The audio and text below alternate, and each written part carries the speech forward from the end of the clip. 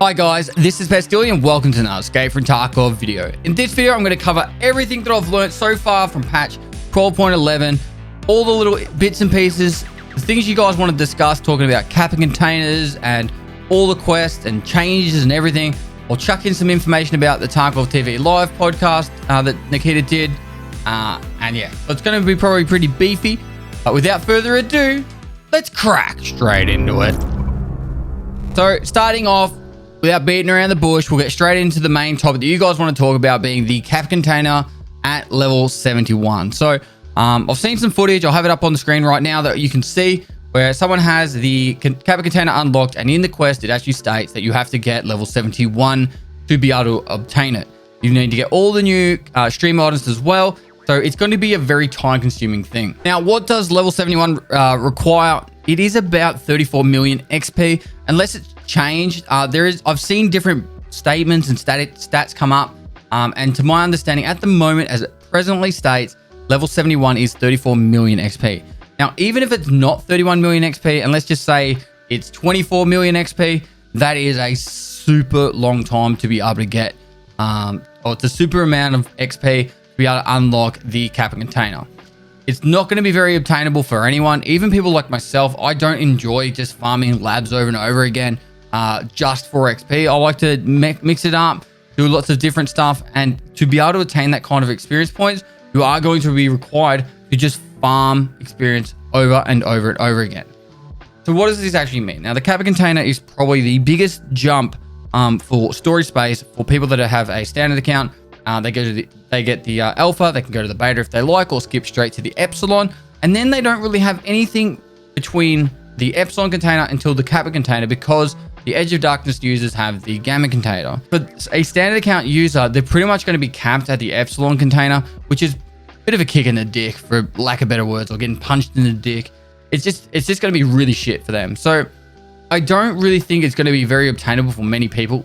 I would honestly say if it is 34 million XP, which I'm pretty sure it is, that is 7 weeks of farming 100,000 XP for 40 hours a week, and that's playing at extremely high skill level to be able to obtain that. Last time I farmed level 70, I think it was about 2 or 3 WOBs ago, I was farming about 80,000 XP an hour when I was doing it, and that was exhausting to try and maintain that. So each to their own. If they want to go for it, feel free. It's going to take you a long time to get there. You still need to get all those streamer items and all that stuff as well.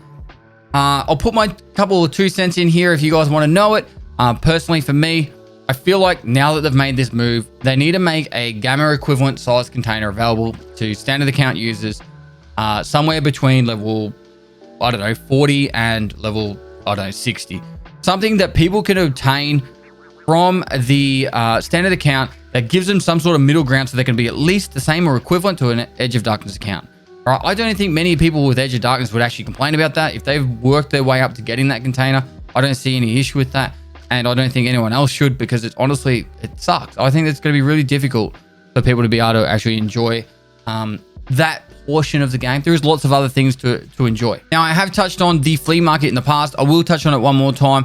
With the Flea Market being unlocked at level 20, it's definitely slowed down the progression of people playing Escape from Tarkov, and particularly leveling up. I actually did a poll on my stream today. There was about, 2,000 people that voted, and of those 2,000 people, 44% of them were below level 10, 41% was between 10 and 19, and only 15% were above level 20. So 15% of the player base, that's out of a 2,000 person sample, so it's a decent size at least.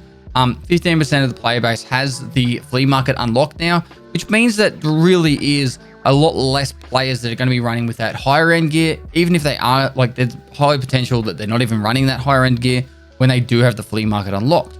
So it's actually, it has worked in slowing down the progression.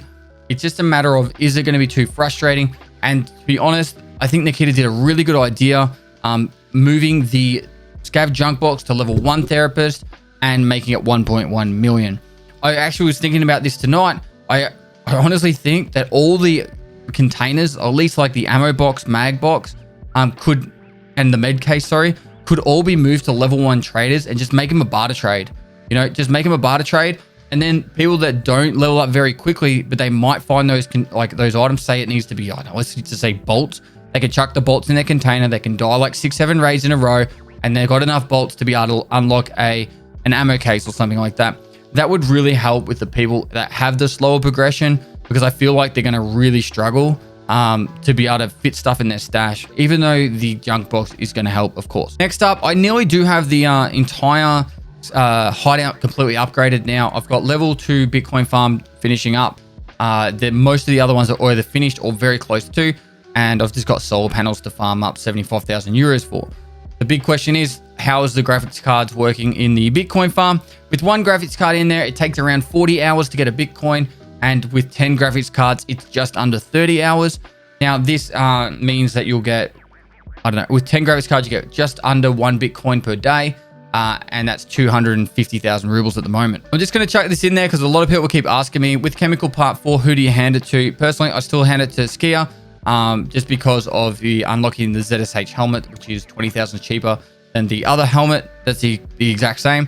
I don't know why people seem to be asking that a lot, but Skier Part 4 for that. When you have the supply plans quest, I would hand that to whichever one's going to be more beneficial to you rep-wise for that period of time. I handed it to Therapist because of she was really low in rep, and I didn't want to risk putting her back under. But that's a personal choice. If you do have one or the other and it doesn't really make any difference, give it to Skier because it gives you more money and the XP is not very much different. All right, new tasks. There are about a dozen to 15 new tasks added to the game. I will be doing a full video on all the new tasks that have been added. However, that will come out tomorrow when I film it.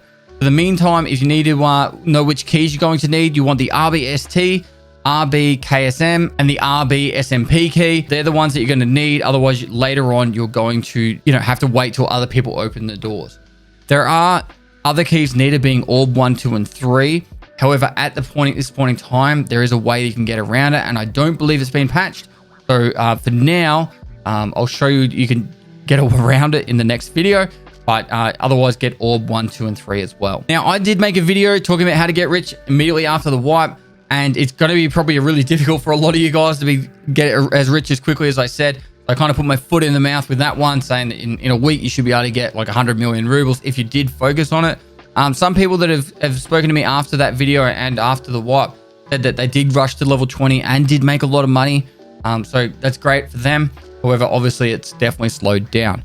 My tips for you right now, if you are leveling up, and you should still try and use those tips that I had in that video, but for now, chuck everything, sell everything you can that you know you're not going to need until a lot later, just to get those scav junk boxes, because that will make it a lot easier for you to store items that you're going to need for your questing and also your hideout. Scav Karma. Now, there is a lot of information to talk about with Scav Karma. I will make my own video eventually about it. The short and nasty about it is do the right thing, stop scav on scav violence. As your scav rep goes up, you'll get better loadouts, cheaper extracts, and scavs will either follow you and you can have them follow you around the map. It actually is really beneficial, as well as your scav timer will reduce a lot.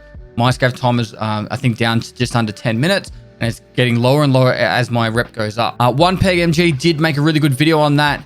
So if you guys want to check out that, he's put a lot of time and effort into it. Go and check out his video, and he's definitely it's worth the credit, the amount of time and effort he put into making it. So you can go learn all the information over there if you want the short and nasty. And I'm going to make my video later on. But yeah, he's definitely worth crediting for a lot of the information I learned for that one. As it stands right now, the MP155 shotgun, the new shotgun added to the game, does not count towards the setup quest, but it does count towards Silent Caliber if you got it set up correct. So just make sure that if you are trying to do the setup quest, you don't go into 155. If you are doing the new scav quest where you have to kill stuff in the bunker underneath as well, if the scavs are in the corridors outside that main bunker area, they will not count towards it. So you've got to make sure they're inside the bunker. So that is all my little tips and tricks for all the stuff in the actual patch itself. Now, with the Tarkov TV live podcast vlog thing that they do on the Battlestate game stream today, they spoke about a couple of things upcoming in Escape from Tarkov, being the lighthouse. They're working on that. It's going to have 2 bosses on that map, and it will have a physical trader that you'll have to meet up with in raid. They didn't really talk about much more extra stuff after that. However, there is going to be a lot of other things that Nikita spoke about during that I'll touch on right now. Being, first up, limitations to the flea market is going to be increased over time. He doesn't know where it's going to be, but he wants it to be less reliant on the flea market. I touched on it today. I said that the flea market should supplement the game. The game should not be the flea market. And that's with everything that adds to the game. Exactly how Scav Karma is working right now. Scav Karma is making the game more enjoyable, and it's adding more enjoyment to the game and from a supplements perspective. But the Scav Karma is not the game itself. So that's kind of where the flea market is. So just be prepared that the flea market might have other restrictions or changes happen to it in the future. He said his objective is to prolong the early wipe gameplay for as much as possible, because that's where he sees Escape from Tarkov in his vision. Someone brought up a suggestion, because it was a bit of a Q&A, that Fence should have a level between the starting level and the mastery level, where once you have, like, say, loyalty level, Scav Karma level 3 or 3.0, you unlock this new level, and you can say, hey, Fence, I really need this item. You'd insert the item name, and he would give you like a task to get that item. So it's like dynamic tasks added to the game. Nikita actually really liked this idea. So for example, you'd say, I don't know, I need a car battery, and he would say, all right, I need you to get me like 2 founding raid bolts. I'm just going to use them as a simple example. So then if you're actually struggling to get that item, the actual suggestion said that you'd have 3 things you could pick from, and you would be able to hand up one of those 3 things, and he would give you the item of choice. So Nikita said that's a really good idea to help people when they're struggling with certain items, including keys. Say, for example, if you're after like the bunkhouse key, or you know, the I don't know, the cottage key, for example. It's still like an idea, but he did like it. He said that with the recall system, it's not going to have any major changes in the future, just little tweaks, because he likes how the recall system is in the game, and that's how it is. Inertia is definitely coming for 0.12.12. And the next point was, he said that they've reached 250,000 concurrent players in Escape from Tarkov the other day, and that's why everyone has matching times as long as they are. So guys, you're all wondering why you're having such a long matching time right now. And I'm sorry, because we need more servers, we need more game servers to give you and to make you... Я даже не могу сказать нормально. My little tip for this, if you are suffering from long matching times, go to the launcher, select every server under 120 ping, and it should hopefully reduce the amount of time you are spending matching. The reason why you're stuck on matching is because there's not enough, like all the servers are full, and it's waiting for a raid session to open for you to join so it can launch the match. It's not because, like, I don't know, like there's not enough players. It's because there's too many players. They're going to make it so you can go by filter by item and linked search before the flea market is unlocked. So for example, if you're wanting to find a specific item on a trader, or like in your stash, or you want to try and link something up to a gun, that you're after the rubber butt pad or whatever it is, you can literally just go link search in the actual stash, and then you can just see it on the trader via the flea market, just to save you having to search for it. Nikita liked that suggestion. He said he's going to make it happen. That's cool. One of the more, I guess, disheartening news that we heard, to my understanding, Nikita said multiple times that suburbs and town were all going to be a part of the Streets of Tarkov map, and it was going to be like the outer like suburbs and township of Streets of Tarkov.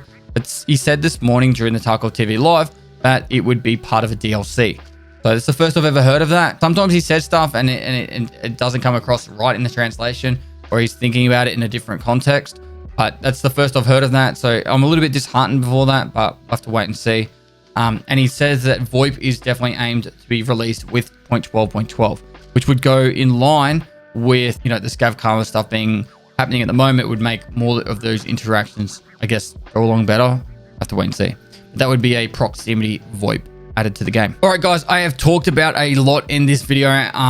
Hopefully I haven't just given you a brain aneurysm. Just if you didn't like something in this video, don't take it out on my dislike button. Every time there's some information you guys dislike, for some reason it seems to come out in the dislike function of this video. But if you guys did enjoy the video and you found it informative, please take the time and effort to like the video. I also am streaming on Twitch 24/7 for up to 50 days right now. I'm filming this live on Twitch, so if you want to pop over and have a chat with some of these things on stream, yeah, you can come pop onto my Twitch stream. Link will be down below. You can either come in there, and I might be awake, I might be asleep. I have to wait and see. depending on what time it is and when this video is released. Besides that, guys, thanks so much for all the support. You guys have been absolutely amazing. Make sure you subscribe and hit the notification bell to keep up to date with the latest Tarkov content. I'm sorry my videos have been coming out a little bit later than normal. I would normally have a lot more guides and information coming out before this.